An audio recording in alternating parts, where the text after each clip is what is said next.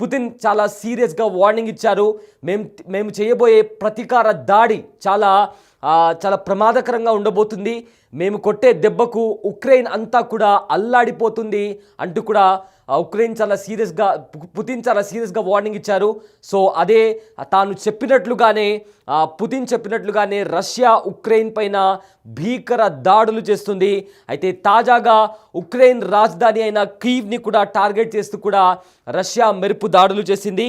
మంగళవారం రోజు కూడా ఉక్రెయిన్ పైన డ్రోన్స్తో మిసైల్స్తో కూడా మెరుపు దాడులు చేసింది రష్యా. అయితే రష్యా మంగళవారం తెల్లవారుజామున ఉక్రెయిన్ రాజధాని కీవ్తో పాటు మరో ప్రధాన రేవు పట్టణమైన ఒడేసాపై కూడా దాడికి పాల్పడింది. ఈ దాడిలో 3 మరణించారు, 13 మంది గాయపడ్డారు. అయితే గడిచిన 3 ఏళ్ల యుద్ధంలో రష్యా జరిపిన అతిపెద్ద దాడిలో ఇది ఒకటని ఉక్రెయిన్ అధ్యక్షుడు జెలెన్స్కీ కూడా వెల్లడించారు.